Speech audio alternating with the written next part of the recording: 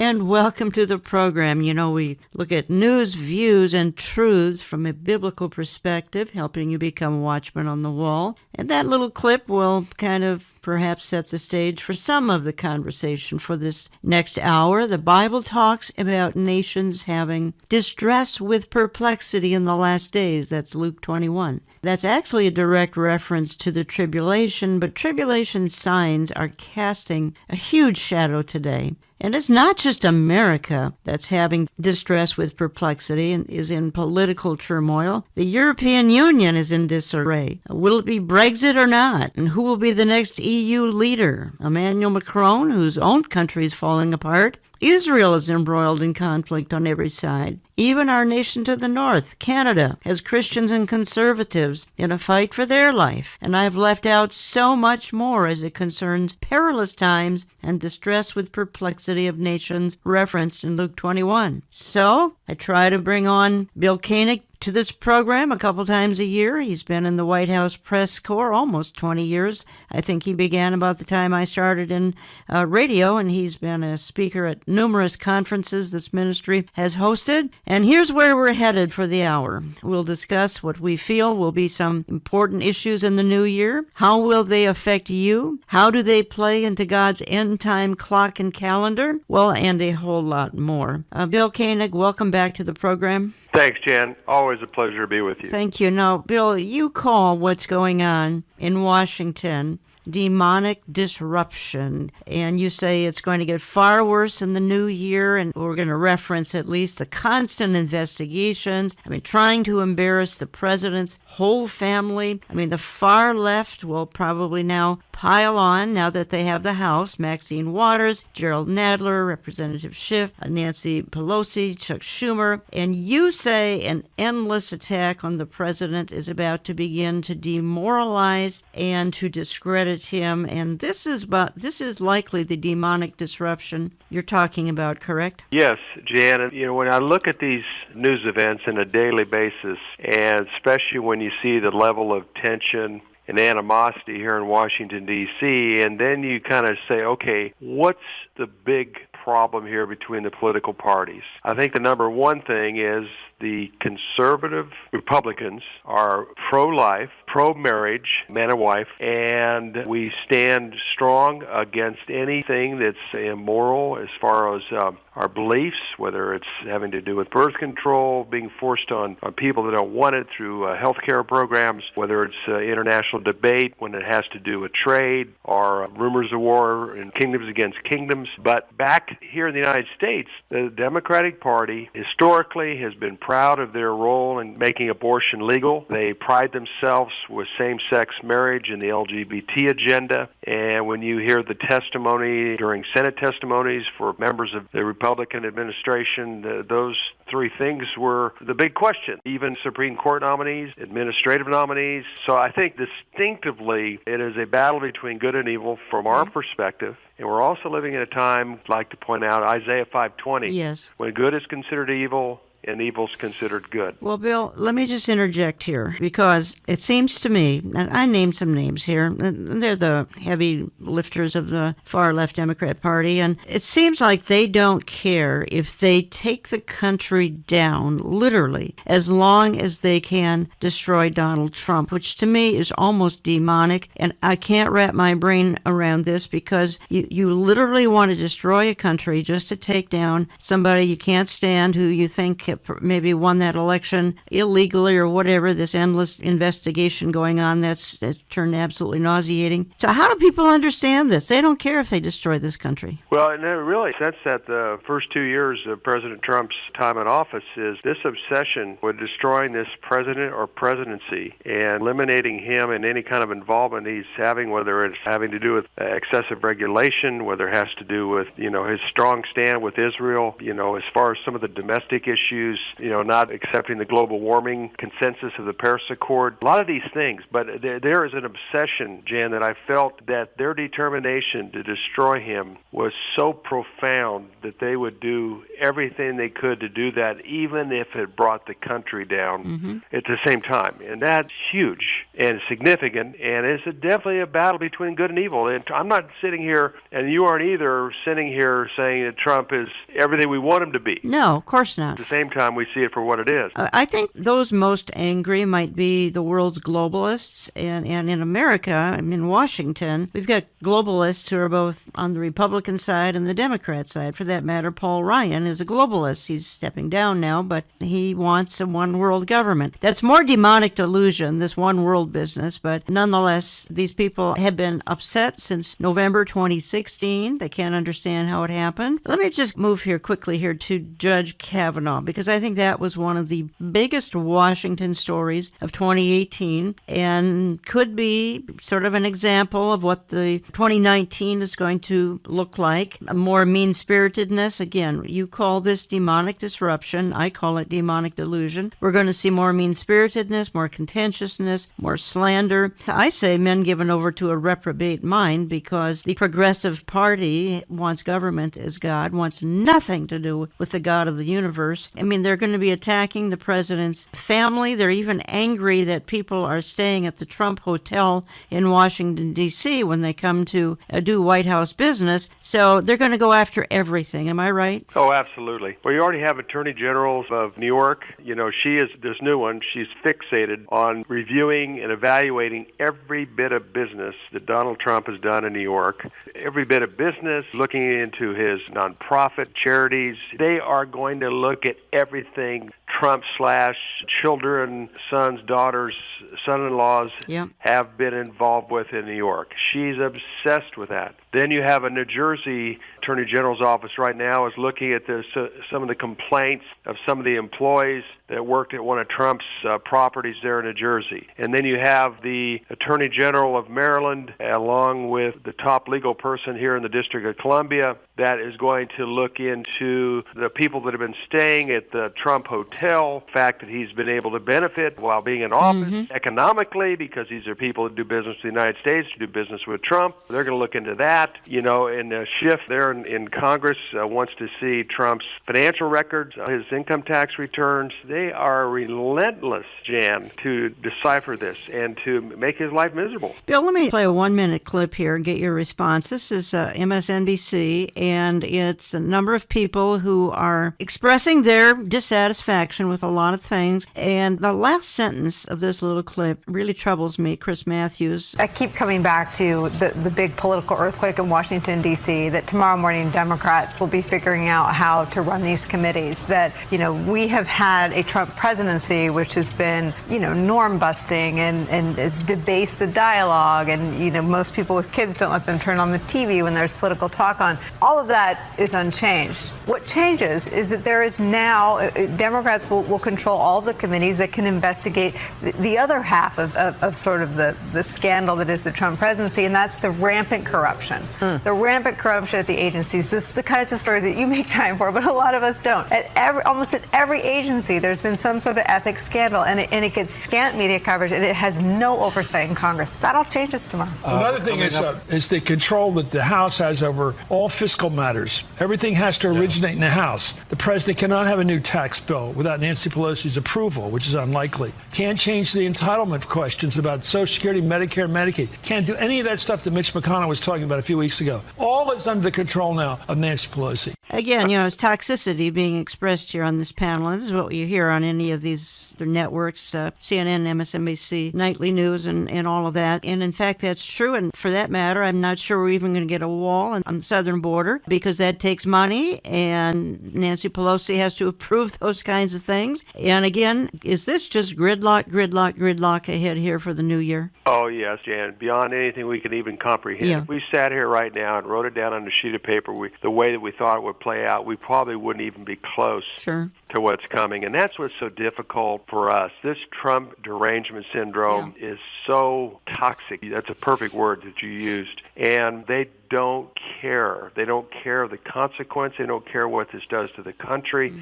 When you start thinking that Trump administration is going to have to start answering to Nancy Pelosi, Maxine Waters, Elijah Cummings, Nadler, I mean, these people cannot contain themselves at this point in their angst against President Trump and his administration. And the other thing that's so lethal in this is a majority of our media, 85 to 90% of our media, is totally in the tank of the leftist agenda in lockstep with the Democratic Party. This combination is so lethal and so dangerous and so divisive. We're going to need God's help. I don't see 2019 being much of a positive year. It's going to be really bad. You're listening to Understanding the Times Radio. Jan Markell here talking to Bill Koenig, who's in Washington, D.C. You can learn more at his website, watch.org. You might want to look into his e-newsletter, which is weekly, Koenig's Eye View from the White House. He summarizes the weekly news usually every Friday. And Bill, you said to me that you fear a constitutional crisis. Can you just take a minute or two to unpack that? What kind of a constitutional crisis are you concerned about? Well, I'm not an attorney, Jan. There can be some precise things that an attorney could come up with as far as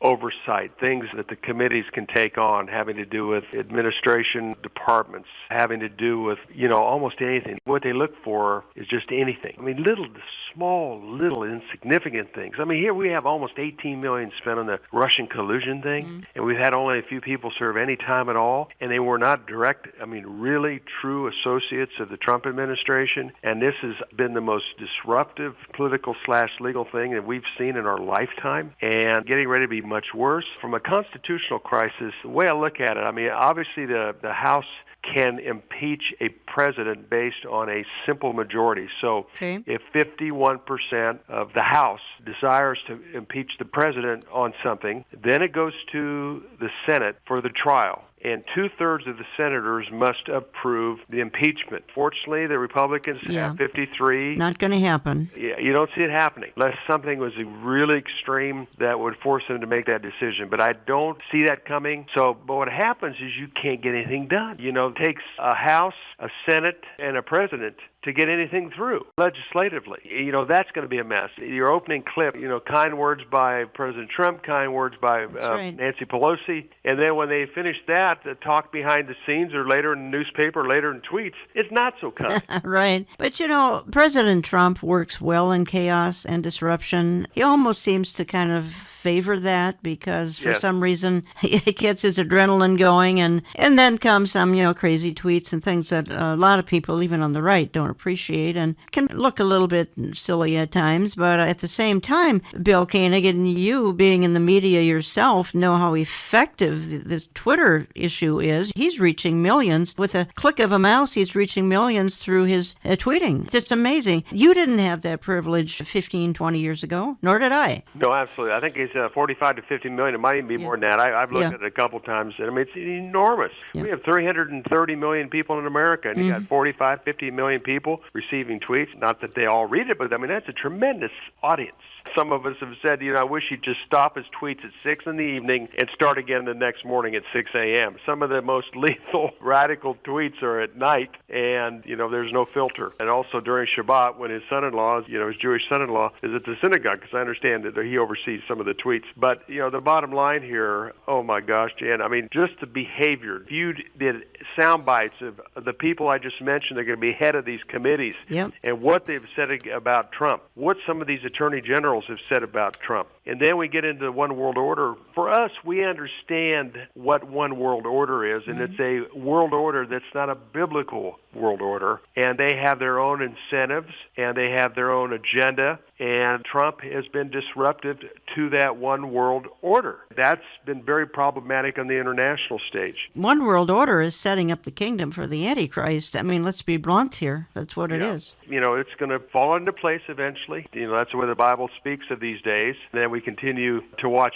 that with great interest, and we'll touch on Middle East here shortly. But, Trump has a very significant biblical and prophetic role. Most people don't realize that, but for us that understand eschatology, that understand Israel, we understand that Jerusalem's God's time clock, we understand that, Jan. But I remind people, especially Christians, evangelicals mostly, God has a very specific prophetic role in President Trump. And for me, that's going to be interesting to see how that plays out in the year ahead. Bill, I'd like to talk about that in my second segment. I have to take just a real short break here, and when I come back, I'd like to head right there. Well, how will he be speeding up eschatology, speeding up this end-time scenario that's playing out even as we speak? He's disruptor-in-chief. I don't say that in a despairing way. As we've already said, he's disrupting the globalists, and that's really a good thing. But how is he setting the stage for the last of the last days? We're going to talk about that as soon as I get back, so don't go away. White House News correspondent Bill Koenig is Jan's guest on today's Understanding the Times Radio. Please remember, this broadcast is posted to our website every Saturday morning. You can listen to it at olivetreeviews.org. Also at olivetreeviews.org, you can sign up for our newsletter and our e-news alerts. As we begin this new year, our commitment to you is to bring you biblical insights on discerning the signs of the last days. We are dedicated to enhancing your understanding of the end times. We do that once a week here on this radio station and online around the clock. Please remember us in prayer and in your charitable giving this year. We welcome your correspondence at Olive Tree Ministries, Box 1452, Maple Grove, Minnesota 55311. To handle your questions about this ministry, staff personnel are available Monday through Friday at 763-559-4444. At 763-559-4444. Coming up, more conversation with White House News correspondent Bill Koenig. Well, Russia has a very, very significant role in the Gog-Magog alignment of countries, Russia, Iran, Turkey, Sudan, Libya, former Soviet Union countries in the Caucasian Mountains that are Islamic. And, he has a very significant role right now. And part of the reason Russia has such a significant role because they have a lot of nuclear weapons. They've also been a major player in the Middle East throughout the years, and they are doing everything they can to reestablish that role. They're in Syria, with Saudi Arabia, with Egypt. They have a relationship, obviously, with Iran. And, he's going to have a lot of influence. And every time there's a problem in Syria with Iran, Netanyahu jumps on his plane and goes to Russia and meets with Putin. And obviously, when Iran tries to move missiles into Syria, Israel strikes. And a couple weeks ago, one of the Russian planes was taken down. So obviously, a very significant role. Ariel Sharon was the one that really pushed that relationship, the importance of a Israel-Russia relationship, and then Netanyahu has kept that going, which obviously concerns a lot of us because what the scriptures say about Russia's final day role. We will hear much, much more in just a moment.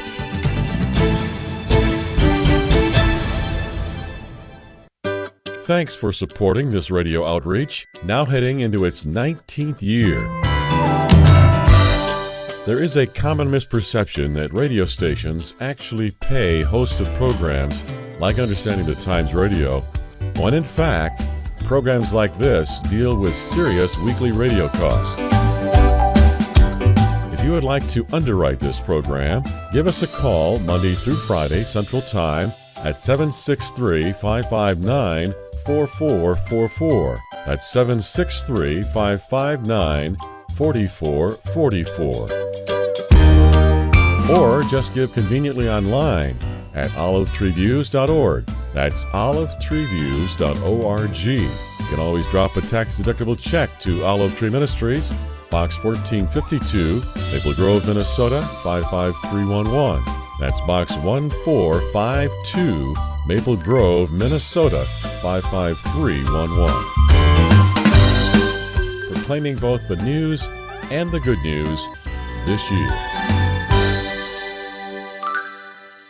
Teaching Bible prophecy would be one of the greatest things that a church could do to its congregants because, one, it gives them the hope of Christ's soon coming. Secondly, it motivates them to get the job done. That is, to get out there and tell their friends and their family and their coworkers that Jesus Christ is coming. And then thirdly, it brings people great great confidence. Confidence in knowing that God's word never fails. It will never fail because what God has said in the past has been confirmed by his prophetic fulfillment. Study Bible prophecy and get excited about the future.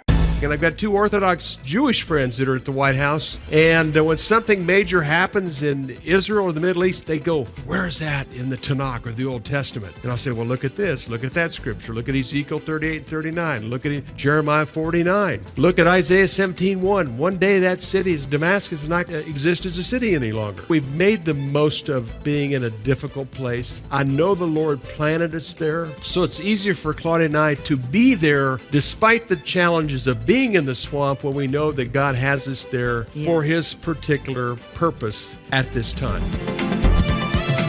This hour on Understanding the Times, Jan's talking with Bill Koenig from Washington, D.C. Let's rejoin their conversation. They want to do things. You know, I keep hearing about investigations, fatigue, like almost from the time I announced I was going to run. They've been giving us this investigation fatigue. It's been a long time. They got nothing, zero. You know why? Because there is nothing. But they can play that game, but we can play it better because we have a thing called the United States Senate. And a lot of very questionable things were done between leaks of classified information and many other elements that should not have taken place. And all you're going to do is end up in back and forth and back and forth, and 2 years is going to go up, and we won't have done a thing. Okay, welcome back, and we're going to continue my discussion for the hour with Bill Koenig. He's served in the White House press corps for a long time. Bill, what year did you start? Was that 01? Yeah, 2001, Jan, almost 18 years.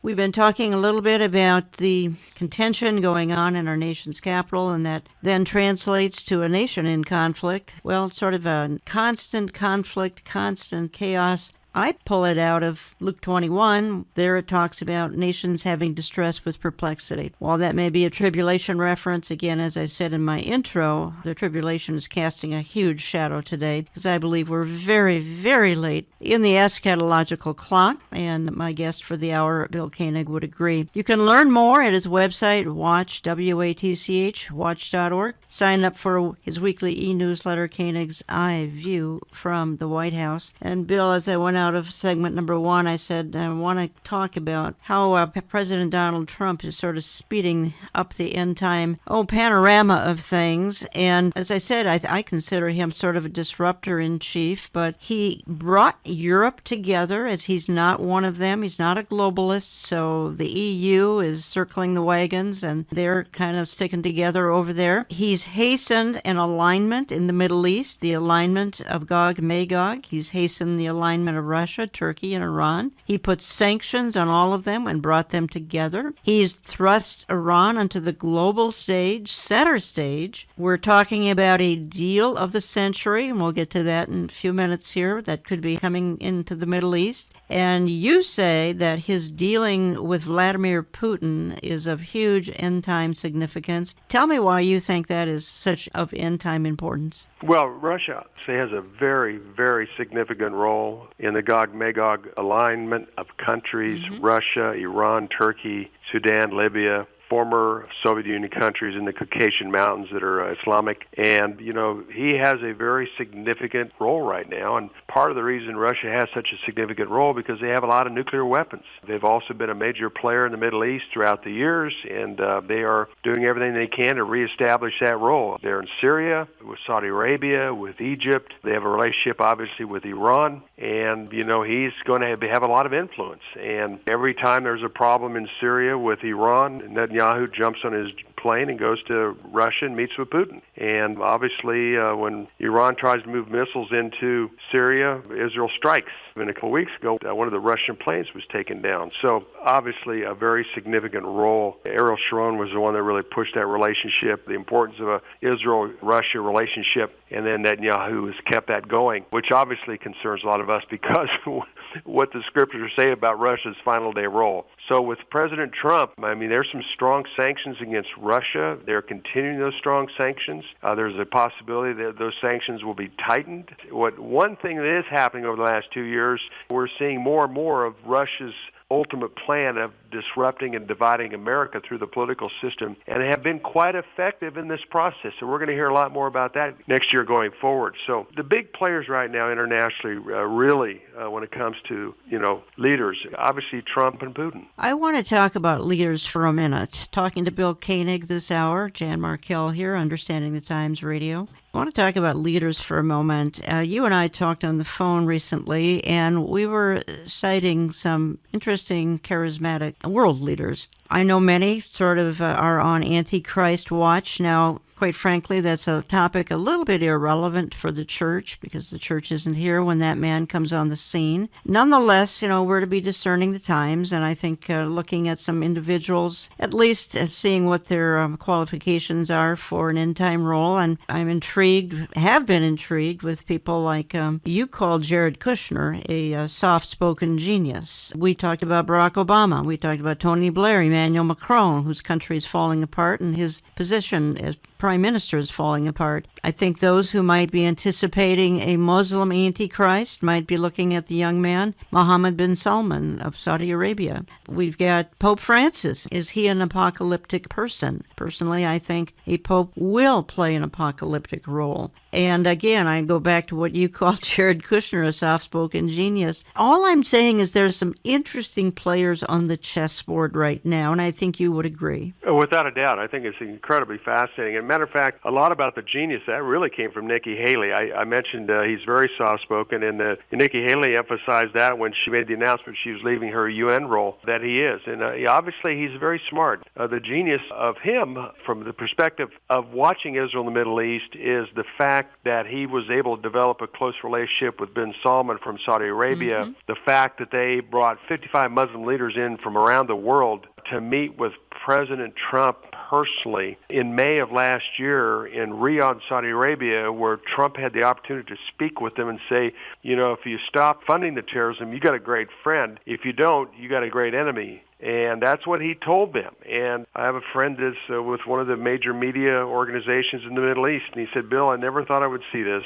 He told me this a couple of months ago. The Arab leaders, the Muslim leaders, love Trump. And I said, what do you mean? He said, he's a strong leader. He's a business-type guy. They like doing deals. But more so than anything else, he's taking on Iran, standing up against him. The people that he's put in place, like Pompeo and Mattis and Nikki Haley and John Bolton, are serious about business. They see the number one threat in the Middle East is Iran. But he said, Bill, it is remarkable how much the Sunni Arab leaders really like Trump because he's going to back what he says he's going to do. But see, I'm going to add a part B to what you've just said, and that is the Sunni Arab leaders are willing to cooperate a little bit anyway with Israel. And there's an intriguing verse in Ezekiel 38:13 talks about Sheba and Dedan. That's Saudi Arabia. The context is the Gog-Magog invasion, and Saudi Arabia is not getting involved, but is protesting. I never thought I'd live to see the day that Saudi Arabia would be protesting an invasion of Israel. But you are right. The new alignment of Sunni nations, more moderate Arab nations aligning with America and Israel. And by the way, these more moderate Arab leaders, they've been meeting with evangelicals. They had a recent meeting. Joel Rosenberg, Michelle Bachmann, and others met with some of these Arab leaders in 4 different countries. Yeah, 4 different countries, yeah. and had very productive meetings. I'm shocked. I never thought I'd see the day, and I say that more and more these days. Yeah, they met with El-Sisi, your good friend Michelle,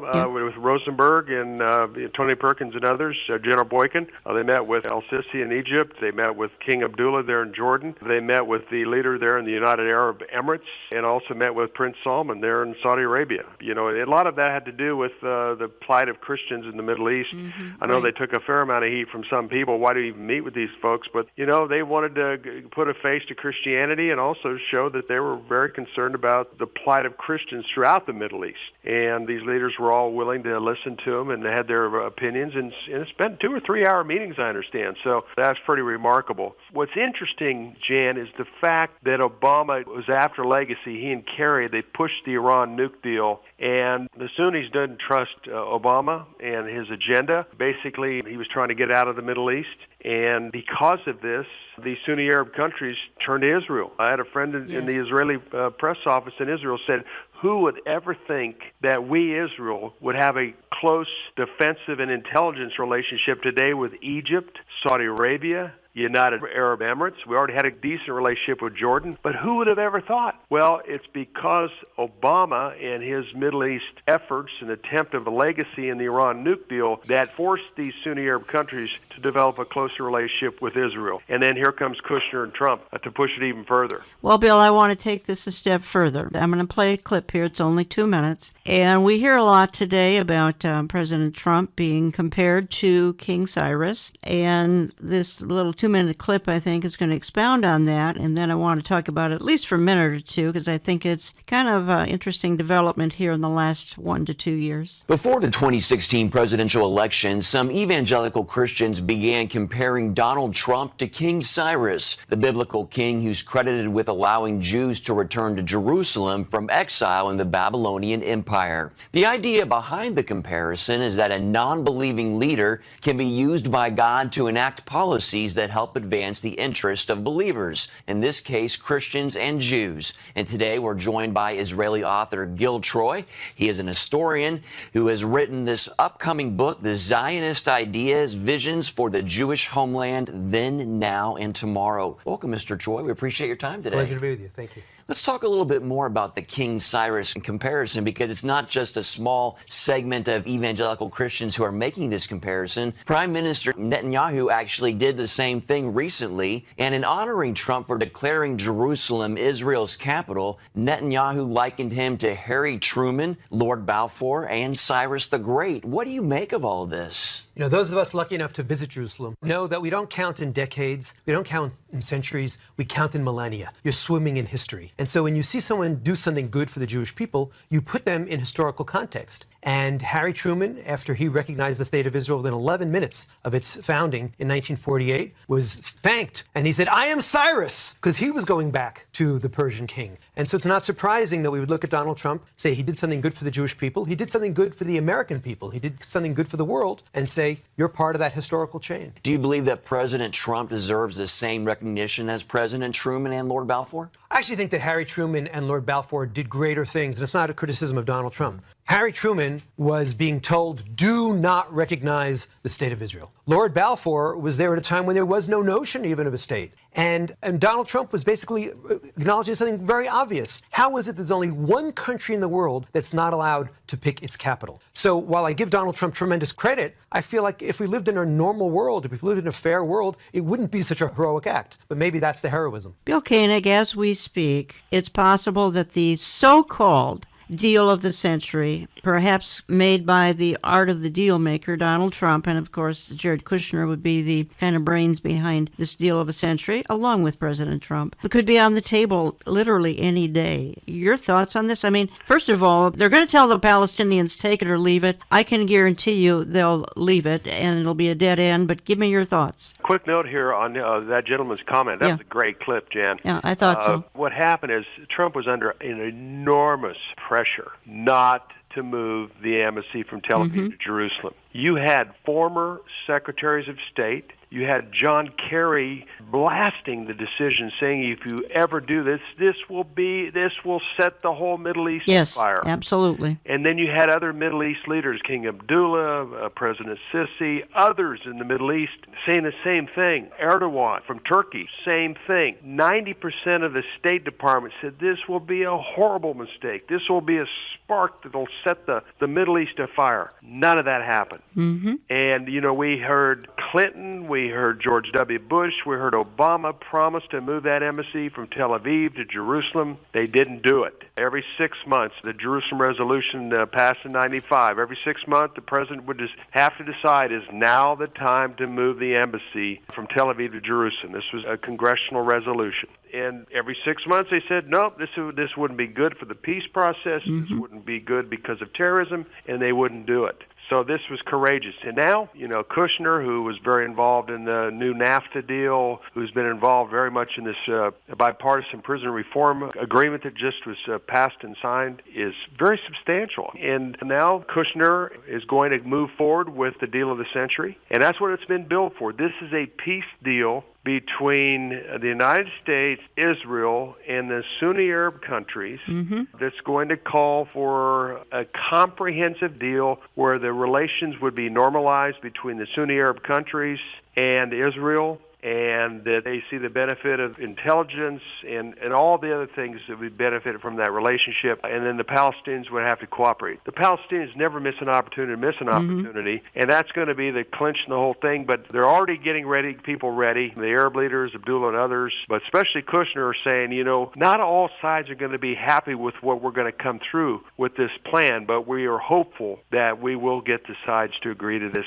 comprehensive deal. Do you think they will, Bill Koenig? I do not. I do not see this happening. I just see it as an exercise in futility. Well, as most of them have been. Yeah, they have been. Not most, but all of them have. Yeah, I think the same thing. There was a couple months ago that Prince Salman said that Israel has the right to have their own state here. It should be recognized. And the rumor was that he basically told Abbas there with the Palestinians, you better accept this deal. You better consider Abu Dis as the capital, not necessarily East Jerusalem. And so he was really trying to put some pressure on the Palestinians because I think they have an attitude, and I've heard this from other Middle Eastern diplomats and leaders, is they're tired of the Palestinians affecting a relationship that they could have with Israel, and a lot of that had to do with an economical component. Here's Nikki Haley, and I'm reading now. The outgoing U.S. ambassador to the UN, Nikki Haley, called on Israelis and Palestinians to back a U.S. peace plan to be unveiled early 2019, far more thoughtful, she said, and creative than any that have come before. And then the article in the Times of Israel, without revealing details of the plan drawn up by U.S. President Donald Trump's son-in-law, Jared Kushner, Haley said it was far longer than past proposals and included elements that would have previously been unthinkable. Bill, are you okay with the new UN ambassador? She's done a good job as a spokesperson there at the State Department. She's strong. She's pro-Israel, which I think is extremely important, especially trying to fill the shoes of Nikki Haley. So I'm favorable. There'll be some comments about her experience, but I think she'll do a really good job, and Mike Pompeo would be a great man to work for. So I'm hopeful that she'll get approved and do a good job. In my last segment, what I'd like to do is look at some prominent last days stories. We've just left 2018. This airing now is my first program here in the new year, talking to Bill Koenig for the entire hour here this first weekend of the new year. But I'd like to look back at some prominent stories in the world of Bible prophecy in the past year and discuss them with Bill for kind of a short segment that's coming up, so don't go away. We're coming right back. Understanding the Times is now heard in over 830 radio markets across the USA. Every weekend, we're reminding people about the good news of Jesus Christ and His soon return. We love to hear from our listeners. You can contact us at olivetreeviews.org or when you write to Olive Tree Ministries, Box 1452, Maple Grove, Minnesota 55311. Every year begins a new challenge to reach more people by radio and the internet. We're growing to meet the demand for telling the inconvenient truth from God's Word. Tell others about this program. Let's make 2019 a year to tell others about the good news of Jesus Christ. As we bring these timely messages your way each week, please remember to pray for this listener-supported broadcast ministry. We're reachable by phone at 763-559-4444. Please stay with us for Jan's final segment coming right up.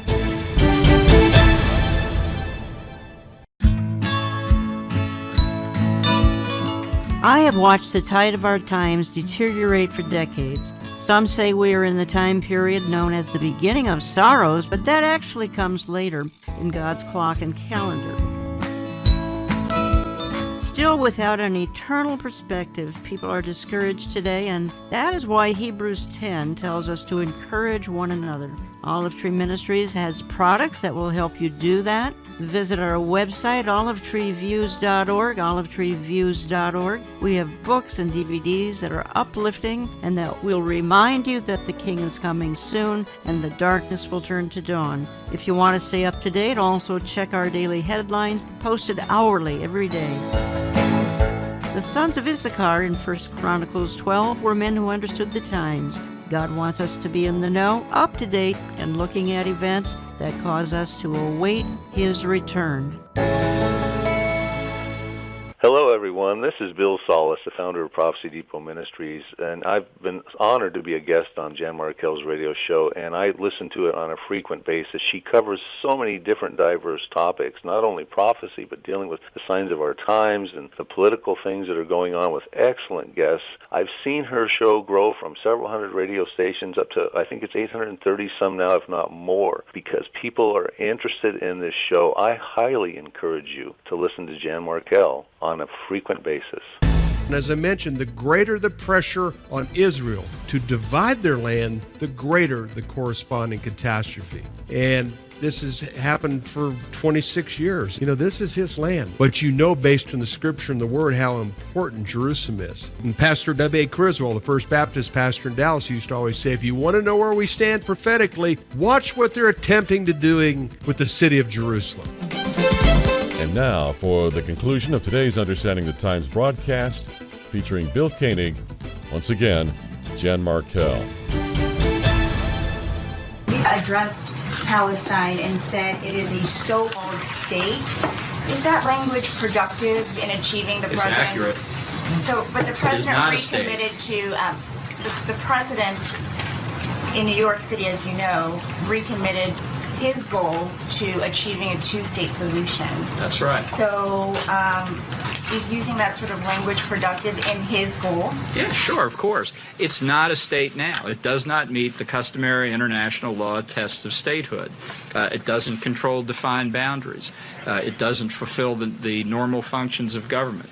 There are a whole host of reasons why it's not a state. It could become a state, as the president said, but that requires diplomatic negotiations with Israel and others. So calling it the so-called state of Palestine defines exactly what it has been, a position that the United States government has pursued uniformly since 1988, when the Palestinian Authority declared itself to be the state of Palestine. We don't recognize it as the state of Palestine. We have consistently, across Democratic and Republican administrations, opposed the admission of Palestine to the United Nations as a state because it's not a state. And that was a very accurate, very honest opinion by John Bolton.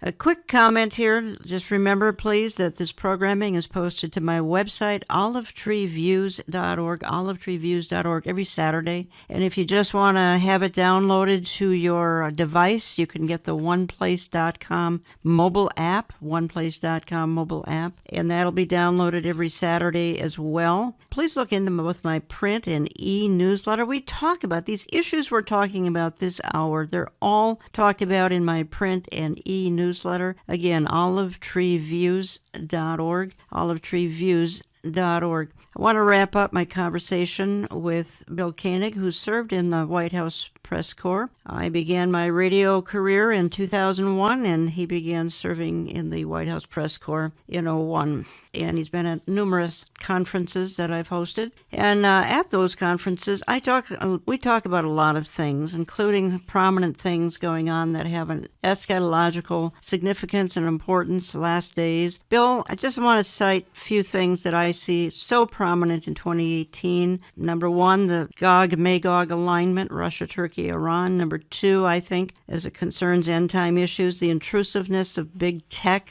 which is paving the way for the Antichrist.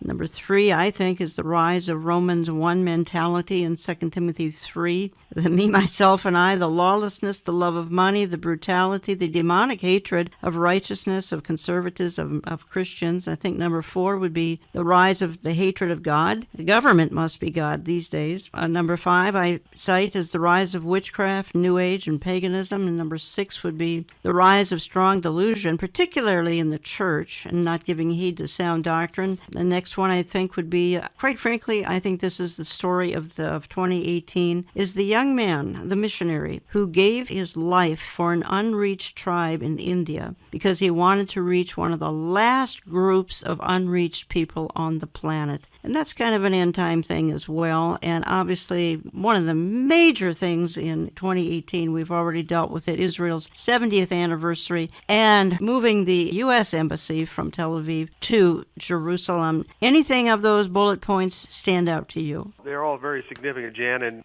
as we have talked over the years, I continue to look at Jerusalem as God's time clock. Many of us do. Zechariah 12, those scriptures in Zechariah 12, Jerusalem will become a burdensome stone, Zechariah 12:3. And eventually the nations of the world will come against Jerusalem, Zechariah 12:9, leading up to Zechariah 13 and 14. This remains one of my great interests because of the significance of the state of Israel, the fact that they have a very extensive problem in Syria, in Lebanon, with Iran. And, that war could start tomorrow. And some days we are so close. Then it kind of ebbs for a bit. But we are at a very key time right now with that. I like to call President Trump's team of advisors that know the Middle East the dream team. Vice President Pence, Mike Pompeo, Secretary of State, James Mattis, John Bolton, Nikki Haley, while she's been at the UN. This is a formidable team that fully understands the number one threat to Israel,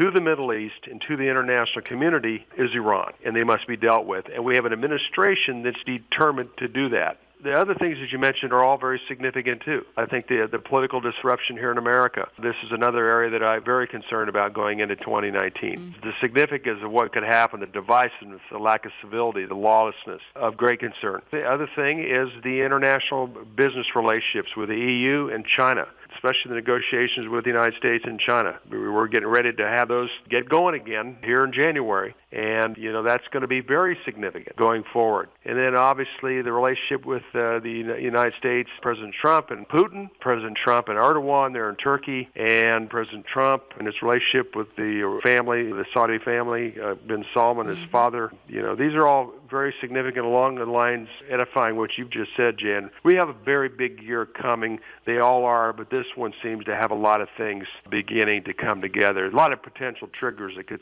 spin these things off, too. Well, how can my audience pray here for the new year? For one thing, as you and I talked the other day, we're concerned that if things, spiral out of control badly enough, someone's going to end up, killed, assassinated, more than one. We could have a tragedy. We could have another 9/11 for that matter. But how can my audience pray to kind of rein in some of this lawlessness and chaos that we've talked about here for almost an hour? Well, I think the main thing, Jan, is to continue to acknowledge the fact that God is sovereign, that we are watching events transpire that have been written about in the Bible thousands of years ago by the Jewish prophets and by Jesus.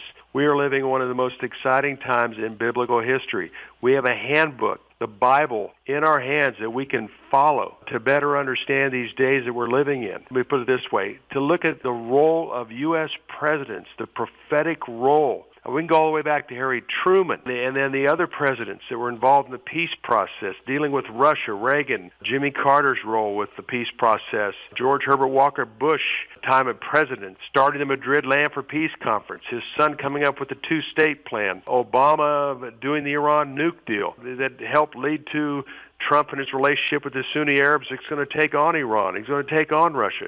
Our American presidents continue to have a very significant prophetic role. You alluded to the fact of our 45th president and King Cyrus in Isaiah 45, very significant. But going forward, we need to continue to pray for our leadership here in Washington, D.C., in our country, especially President Trump, Vice President Pence, his cabinet, their security, their wisdom, their discernment in a very difficult period of time. Continue to pray for Christian leaders, becoming more and more difficult for them to be vocal and forthright about their faith. We have a battle between good and evil, as Isaiah 520 speaks of here in America. We are living in an unprecedented time for us. And only God knows how this is going to play out, but we need to continue to pray. First of all, have our own peace of mind and be at peace. At the same time, not to forget to share the gospel of Jesus Christ with friends, family, whoever the Lord puts in front of us, because this is the other purpose of prophetic scripture, Jan, is pointing to our Lord's eventual return. Amen. And Bill, something happened in late December, kind of troubling. That is, President Trump pulled U.S. troops out of Syria. And I know the president's perception is that ISIS is defeated. I think they're weakened, but they're far from defeated. And that concerns me. He apparently perhaps caved to Turkey's Erdogan, not sure, but pulling U.S. troops out of Syria? Yeah, that was problematic. It was very interesting. Your first reaction goes, oh, no, please don't do this.